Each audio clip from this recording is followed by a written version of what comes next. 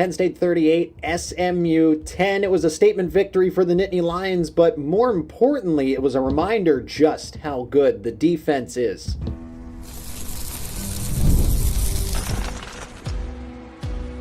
You are Locked On Nittany Lions, your daily podcast on the Penn State Nittany Lions. Part of the Locked On Podcast Network, your team every day.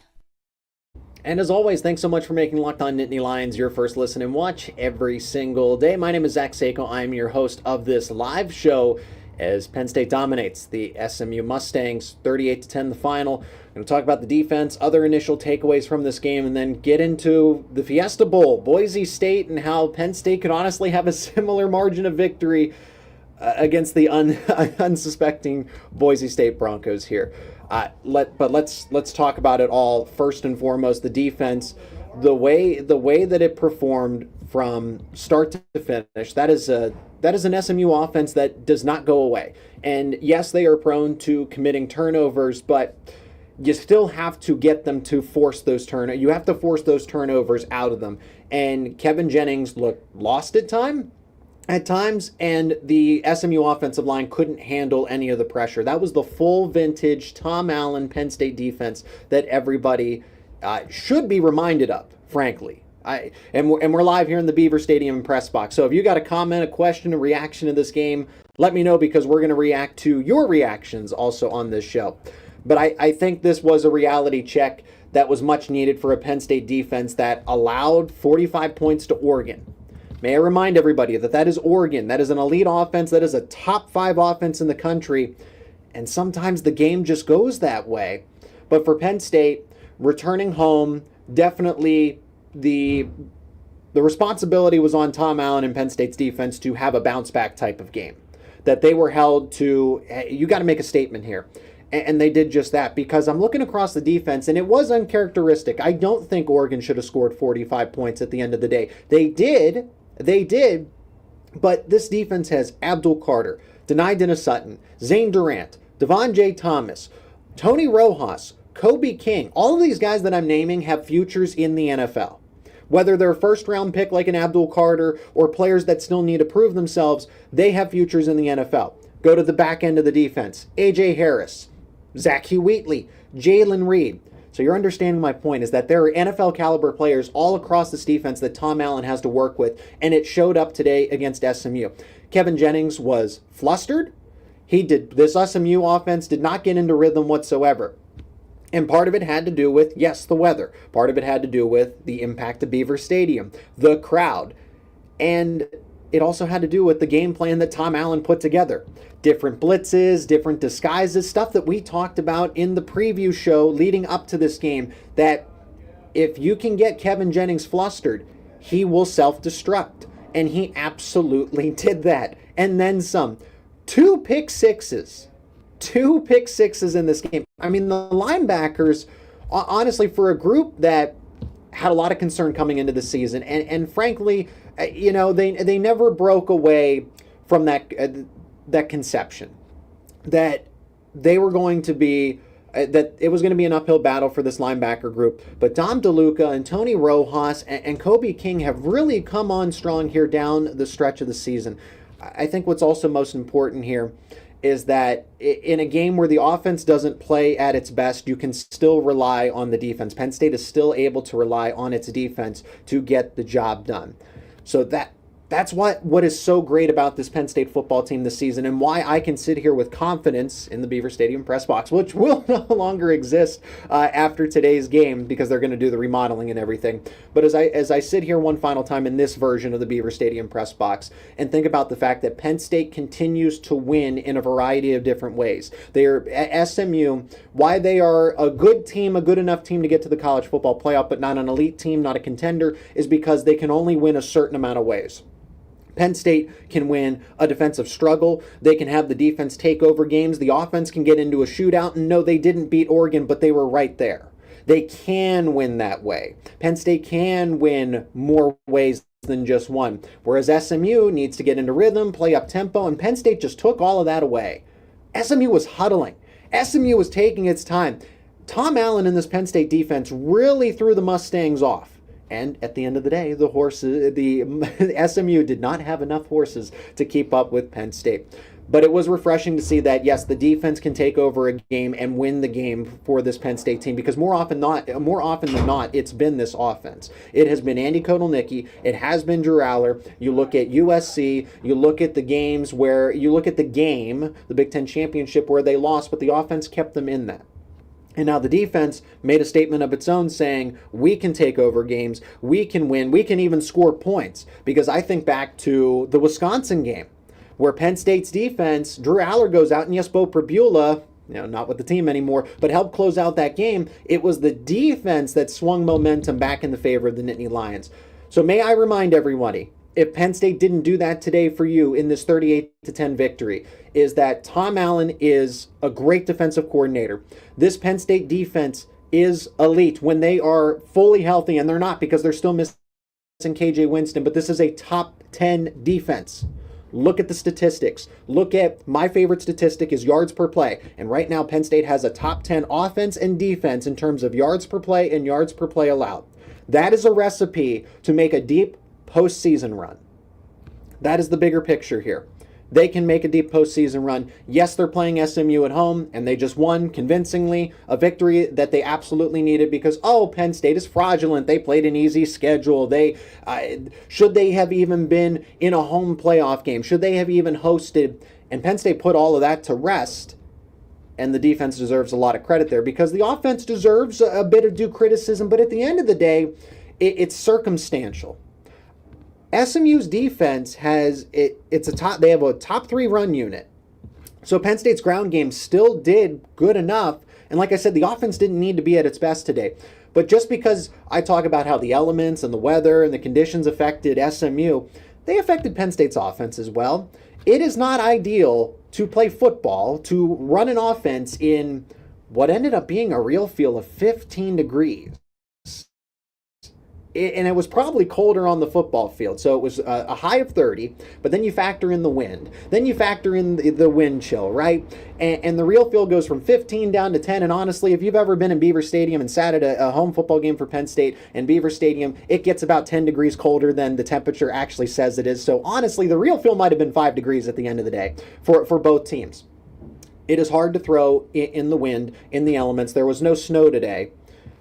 But like I said, Penn State's offense just needed to not make the big mistake and allow SMU to continue to stay in this football game because that's where SMU is at its best, where it's putting pressure on the team. Hey, you got a lead. Ooh, that lead is shrinking. That deficit is a lot smaller now, and we're starting to get into rhythm. We're starting to build confidence. We're starting to get some momentum. And Penn State's offense, the goal at the end of the day was just don't blow the lead. Why do you need to have this electrifying game plan where you go punch for punch with SMU? Because that's what they want. They want to play up tempo. So the offense did its job. Drew Aller, I know he didn't have a perfect day. He certainly didn't. He didn't have a great game. 13 of 22, that's a 59 completion percentage. Honestly, one of the lower performances from the season, and 127 yards. But no interceptions, no fumbles. I know they had the turnover on downs which equates in my mind to a turnover, if you will. But for Drew Aller to not make that mistake, well, okay, Ethan Grunkemeyer did have the interception. Sorry, everybody, I got turnovers wrong. First career pass for Grunkemeyer, and it ends up being an interception. Go figure, right? For the new quarterback, number 2. But Drew Aller does not do anything to put Penn State in harm's way. He does not put Penn State in a spot to lose. And I know people might disagree with me based on the Big Ten championship game, throwing that interception that basically sealed the deal for the Ducks. That's fine. But Drew Aller, over the course of a game, does not make this collection of mistakes that absolutely, Penn State's now playing from behind. The defense is in an awful situation. You can always trust Drew to not make the detrimental mistake. And in games like this, who cares if the offense didn't put up the numbers that you would want them to? I mean, the ground game still was respectable against a top three SMU run defense in the entire country. 90 yards from Nicholas Singleton, 1 touchdown, 2 touchdowns from Katron Allen, 70 yards. But more importantly, between those two, averaging almost 6.5 yards per carry. 6.5 yards per carry. When this SMU defense allowed about 2.5 yards per carry collectively over the course of the season. What's going to be even better is that the offense is going to respond. So it's I brought it up in the post game, the initial live reaction post game show with the team of Corey Geiger and Damian.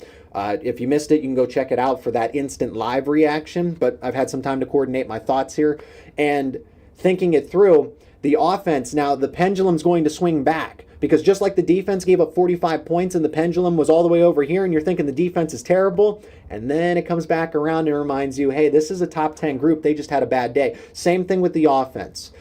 The game plan, the game script, you don't need to throw for 400 yards when you're up 28-0 at half. You don't need to do that. Let off the gas pedal, save your important game plan, your better offensive plays for Boise State, where you are going to need to start fast. And you're not going to be in the elements because Boise State's kryptonite is playing from behind. So if Penn State starts fast and gets up by 2-3 touchdowns, 2-3 scores, it's going to be a long day for Boise State, and another type of victory is on the way like this for Penn State. Caliber opponent, yes, but also the way that Penn State can win. Penn State can play fast. If SMU happened to get into a shootout with Penn State, Drew Aller and Andy Kotelnicki could have went up and down the football field with them. That is my point, is that Penn State is not boxed in to a routine where they have to win a football game a certain way. They can only win this way or that way. No, they can win this way, this way, this way, this way, this way, this way, and it comes from the offense and the defense. There is not a liability on this team. Are there some personnel and positional mismatches? Yes. But you can name them. It's Tez Johnson and it's basically elite wide receivers. And I look at this path. Penn State's defensive backs are better than Notre Dame's wide receivers and Georgia's wide receivers, in addition to Boise State and SMU. Not a hot take. Georgia's wide receivers lead the country in total drops. That is a group where Penn State's secondary is actually on a talent level better. So it's not only a favorable path from the stance of, okay, Penn State is not in a mismatch anywhere. They are in a position, and they also put themselves in this position because they're just that good of a team. They play complementary football. The offense is top 10. The defense is top 10. This is a championship caliber team. I'm looking for your comments, your reactions. We're going to take a quick break, and when we return, we'll start to hear from you as you're going to be a part of this conversation here on a live edition from Beaver Stadium. What a privilege this is. Thank you for this platform. We'll talk about it more on the other side of this break. And today's show, live show, is brought to you by Rocket Money. Did Rocket Money help you find any subscriptions you forgot about or that you were paying for twice? Now, that's definitely happened to me. I've had a few subscriptions that I didn't even realize I was still paying for, and Rocket Money made it so easy to track them all down. It's like having a personal assistant for your finances. Rocket Money is a personal finance app that helps you find and cancel your unwanted subscriptions, monitors your spending, and helps you lower your bills so that you can grow your savings. It brings everything together in one place. Whether it's subscriptions, your spending habits, or even the goals you want to hit this year, Rocket Money has over 5 million users and has saved a total of $500 million in canceled subscriptions, saving members up to $740 a year when using all of the app's premium features. Now, for me, one of the best features is the subscription tracker. I've used it to cancel services I wasn't using anymore, and I've already saved a ton. Plus, with the goals feature, they have an outline goals feature. I've been able to automatically set aside money for the future. No more stressing about budgeting every single month. It certainly comes in handy. You can cancel your unwanted subscriptions and reach your financial goals faster with Rocket Money. Go to rocketmoney.com/lockedoncollege today. That's rocketmoney.com/lockedon. That is rocketmoney.com/lockedon. Looking for your questions, comments, feedback. Live post-game show here from Beaver Stadium. Thanks so much for tuning in. Got plenty of comments. Thank you so much. John says, Penn State's first college football playoff win. James Franklin's 100th Penn State win. Joe Paterno's birthday. We are. I said this in the beginning, or at least it popped in my mind, that in a way the stars were really aligning in some sort of sense, where Penn State's first ever college football playoff appearance, it's a home game at Beaver Stadium. It failed to register in my mind that, yes, this was James Franklin's 100th Penn State victory, and all in the day that the legacy head coach, Joe Paterno, was born. So all of this coming together, it felt like, to an extent, it felt like Penn State could never lose this game. If you believe in that, that transcendent kind of stuff, right? With everything aligning. They got Grunk in the game. exactly as terrible as I expected it and exactly why it needed to happen up big. I mean, first experience, and it's coming into the game late in a playoff game. And I don't mind the interception at all. That's not a bad pass or anything. It's a tipped football, and it ends up with the SMU defense. So it's not like Grunkemeyer made a bad decision. It was an errant pass. It was tipped, and it was caught by the SMU defense. So one hold. If you're referring to the lack of holding calls against Penn State, I already said it on X, kind of reacting to it. It's just par for the course. Penn State, Abdul Carter, honestly, he's held almost every other play, it seems like. And now that Denai Dennis-Sutton feels like he's hitting a new gear, now that he's healthy and seems fully recovered from that groin injury suffered against Wisconsin, the Penn State defensive line between Zane Durant and Denai Dennis-Sutton, Devon J. Thomas should get some love too, and especially Abdul Carter. SMU's offensive line was not prepared for that. That was the best group they had seen all season. And then Tom Allen deciding to blitz was the cherry on top of all of it, because they couldn't even stop the first 4 pass rushers. And then you add an extra blitz or two. And I don't know what the communication was. Even when Penn State was just using natural organic pressure, SMU's offensive line just seemed all out of whack. They just seemed all out of sorts. So it was a field day for Penn State's front four there. But yes, Penn State does get routinely held, and for some reason, especially Abdul Carter, and for some reason, the referees neglect it. Don't know why, but it's nothing. It's nothing new. It's not like this was a one-time thing. This has been going on all season. Find a game where Penn State got the holding calls in their favor that they should have. Really happy with the game. Good crowd considering the weather, but that offense needs to find another gear. My thoughts on the crowd. So Penn State fans showed up. There were so many different factors going into this game, and I'm going to try to sum it up here because honestly I could talk about that for 30 minutes. Graduation, meaning that there were families here that had no interest in the playoff game. That's fine. Your son or daughter is graduating from college. You have other things to attend to, right? But hotel prices were at a premium. And then you factor in the weather, you factor in just flight tickets around the holidays. And honestly, no disrespect to SMU, but as a brand, this game did not have as much interest as an Alabama would have, or an Ole Miss, especially coming off of that Peach Bowl game and a revenge opportunity.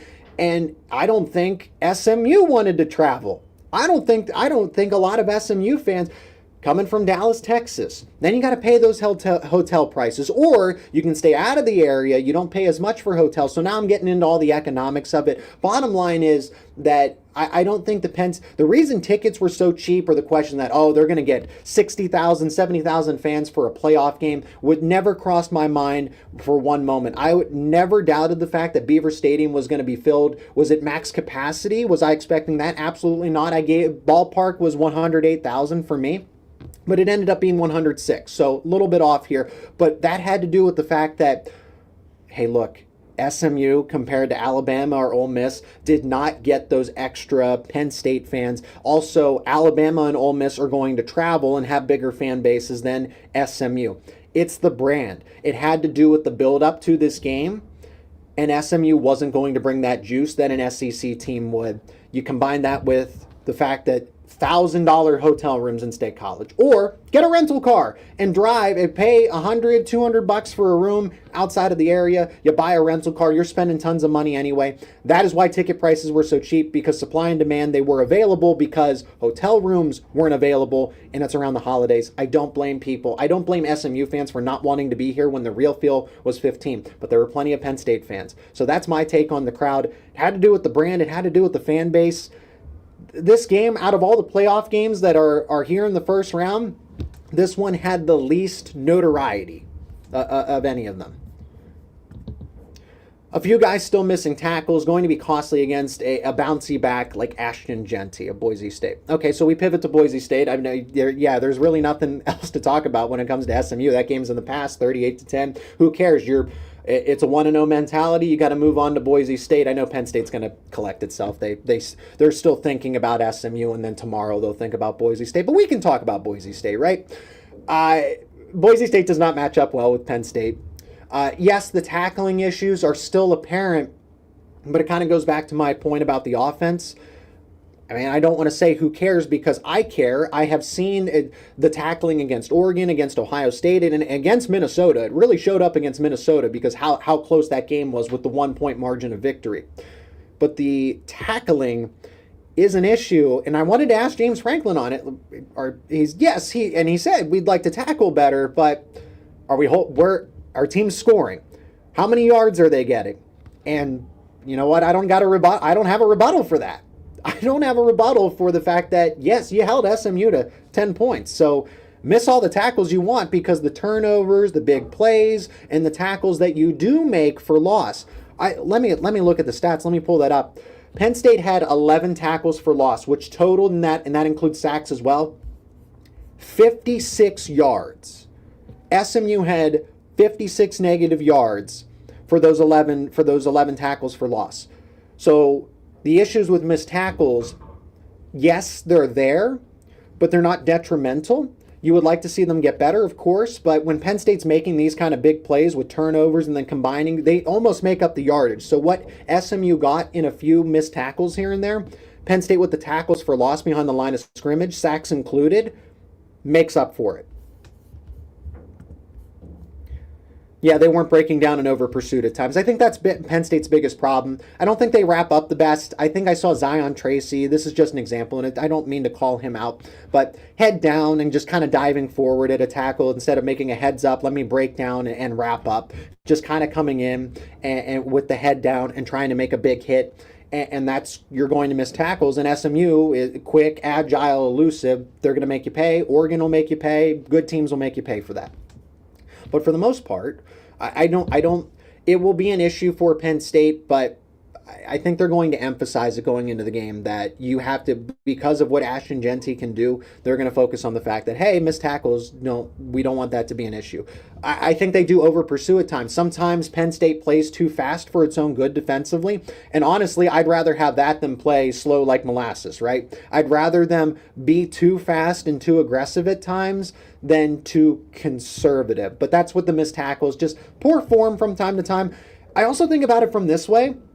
You preserve longevity. Why Penn State is as healthy as it is because they don't do these hard-hitting physical practices. I can't necessarily confirm or deny that. But James Franklin has admitted that we're not doing all of these tackling drills late in the season because we want to preserve health. So I'd rather have guys available and miss a couple of tackles than them go through these rigid, physical tackling drills and somebody gets accidentally hurt. So you got to think about that in the long run too. Great win, nice balance. I believe actually the 2 pick sixes contributed to the offense being a little out of sync. Offense never got in a rhythm. The offense needs to get in a rhythm. So the defense picked up the slack where the offense was. And that's what I like about this team. What I love about this team is that Penn State offense isn't having a good day, defense steps up. Defense isn't having a good day, offense either keeps you in it or goes and wins you the game. Example USC, example Oregon. I know they didn't beat Oregon, but they kept them in that game. The offense made it a relevant game. I think we cruised past Boise just off size. I don't know who I'd rather play in the semi. Georgia or Notre Dame? My personal opinion, Georgia. The Northern Illinois loss for Notre Dame, I think is a fluke. I think that's a really well coached Notre Dame team as well. I'm talking about Marcus Freeman is coaching beyond his years. Like, he's still a young head coach. But remember who's the defensive coordinator there? Al Golden. Yeah, Al Golden's the defensive coordinator, if you didn't know that about the Fighting Irish. I would rather Penn State play Georgia with Gunnar Stockton and a Georgia offense that can't do anything. Couldn't do much to begin with. Has wide receiver issues, pass catcher issues. They lead the country in drops. I would take that over a Notre Dame team that just plays complete football. Now, Penn State matches up evenly with Notre Dame. There's not a mismatch anywhere, but that's just kind of grade on grade, elite on elite, and then it's a coin flip at that point. I actually feel like Penn State should be a slight favorite against Georgia, maybe a field goal, 2 points or so. We're splitting hairs at that point. I think they match up better with the Bulldogs than they do Notre Dame. Neutral site, home, road, whatever have you. Does anyone know when the NCAA is actually supposed to sanction and discipline Michigan for all the cheating rules and violations last year? I appreciate the interest and the concern. I can't answer that. Maybe somebody wants to in the comments, but I can't keep up with Michigan with all the Penn State's in the playoff, right? We're talking about Penn State. That's exciting, but I get it. They're in the Big Ten, right? They did some they did some things. They were accused of some things, right? I'm not going to knock Franklin. He just won a big game, but that fourth down conversion attempt in the first half seemed aggressive for the sake of aggression. Didn't make sense. I don't mind the gamble, and it actually paid off because Penn State got another interception. Dom DeLuca had his second interception at that point in time. So at the end of the day, like, nothing happens. It's just Penn State ends up starting another drive later. I don't mind it in the scheme of things. I think it's calculated. James Franklin is a math guy, believe it or not. And he plays and I don't mean this from a betting gambling angle, but for the lack of a better term, he plays the odds. So if it makes sense to do it, if the odds are going to increase in a victory, it actually made sense to go for it on fourth down there because of the way that SMU's playing. Your defense is controlling them. I actually have no issue with that. I thought he had the first down. I guess he didn't, being up in the press box here, but that's how it went, and it didn't hurt them. At the end of the day, it did not hurt them, so it's inconsequential. And that's because the defense was playing the way it was, which is why James Franklin decided to do that. We're going to take another break. Let's talk about Boise State a little more to finish things up here. Live show from the Beaver Stadium press box for the last time before it is demolished and revitalized in its new look. We'll talk about Boise State versus Penn State and the Fiesta Bowl more on the other side of this break. And today's episode is also brought to you by Game Time. It's the holiday season, and when you go to live events, you can create fond memories. I know that I have around the holiday season by attending, whether it's sporting events, concerts, anything else. And Game Time wants to focus on togetherness this holiday season. That means when you bring people together at live events, the experience is that much better. And it's also the perfect gift, may I remind everybody, for any last second ideas, right? Game Time has a new feature called Game Time Picks, and that makes getting tickets to see your favorite teams play live for live events even easier than before. Game Time Picks filters out all the fluff to show you only incredible deals on incredible seats, so you don't have to waste time searching through thousands and thousands of tickets. You can go to the Game Time app or go to gametime.co, and you'll be able to see all the different tickets that Penn State has available. Now, it doesn't look like there are tickets officially on sale yet through Game Time for the Fiesta Bowl, but when those are posted, those will be available for you to buy, and Game Time had incredible deals for Penn State versus SMU, so the same thing will apply when Penn State goes to the Fiesta Bowl. But you can actually get tickets for the following season. If you are interested in getting in front of the 2025 season, you can get tickets now on Game Time for the home opener against Nevada, for any of those early games, and also Oregon, the first Big Ten game. You can actually get tickets for Penn State versus Oregon, and Game Time already has it has the picks sorted for you, so you can see all the best deals, all the incredible deals right up front. Take the guesswork out of buying tickets with Game Time. Download the Game Time app, create an account, and use promo code LOCKEDONCollege for $20 off your first purchase. Terms apply. Again, create that account. Use promo code LOCKEDONCollege for $20 off your first purchase. Download Game Time today. What time is it? It is game time. Share some final thoughts here, or initial thoughts on Boise State, I should say, and wrap things up. Appreciate all your comments, all your feedback, and everything. So Penn State wins 38-10 over SMU. This result could carry over on New Year's Eve, and should. I am fully anticipating that Penn State has a similar margin of victory against Boise State, and it's because of the way that, Penn State's got an offense that can just push the pace. They're going to turn up the tempo because they can.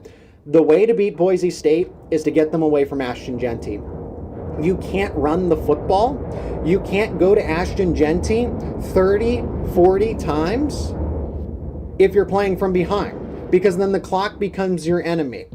Yes, Boise State isn't as strong, isn't as physical. I mean, they run a physical game plan, but they're coming from the Mountain West Conference, and I'll share my opinion more. But for anybody that maybe you don't necessarily know about the argument that I've tried to make, but Boise State should not be the 3 seed.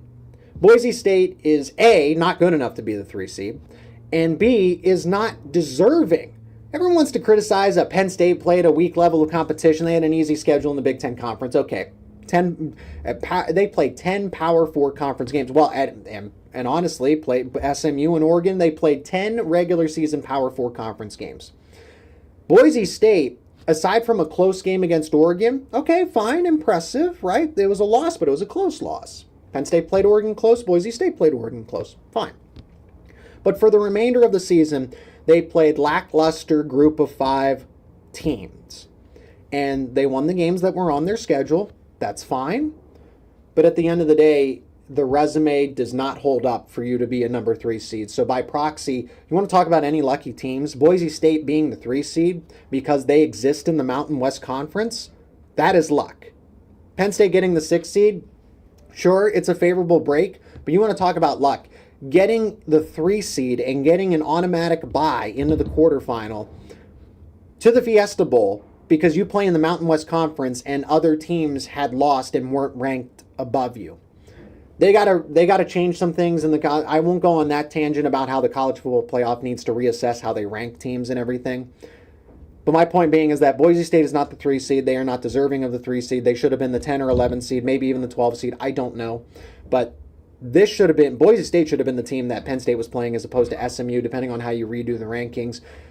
I don't have an issue with getting into the conference championship. You win your conference championship, you're guaranteed a spot in the playoff, but not a bye.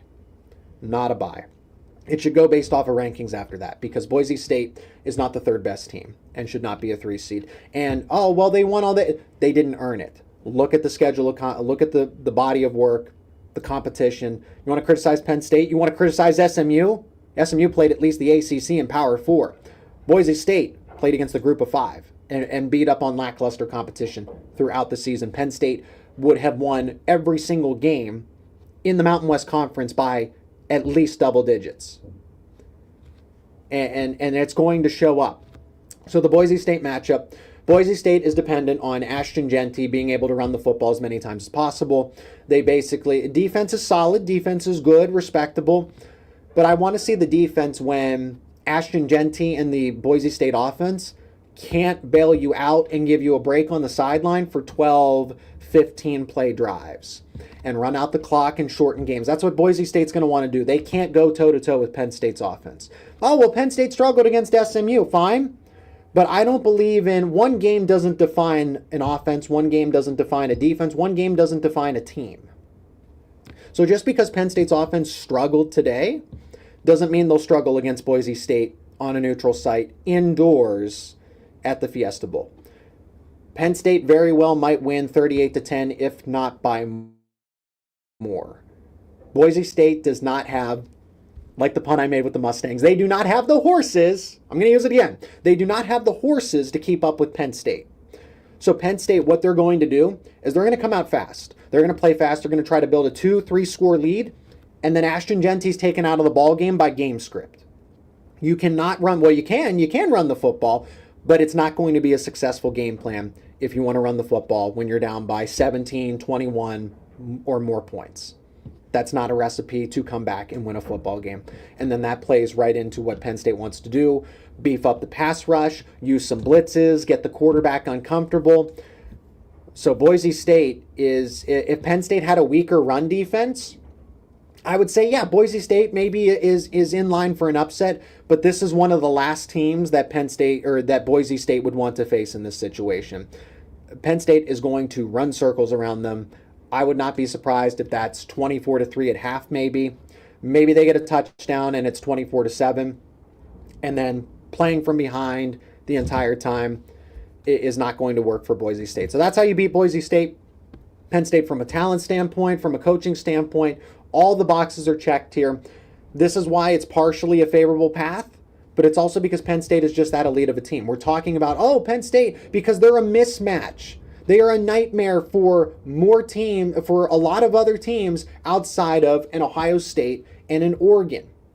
Penn State's a matchup problem for other teams. So Boise State is not going to have an answer here, and Penn State should win very comfortably. And then, like I said, Georgia, Notre Dame are beatable teams from Penn State's perspective. And it's not like Ohio State and Oregon aren't, or Texas up in the other side of the bracket. But Penn State and Penn State was in one-score margins of those games. So they are right there in all of it. They are not going to get to the college football championship by luck. They're going to do it because they earned it, and this is the way the team is built.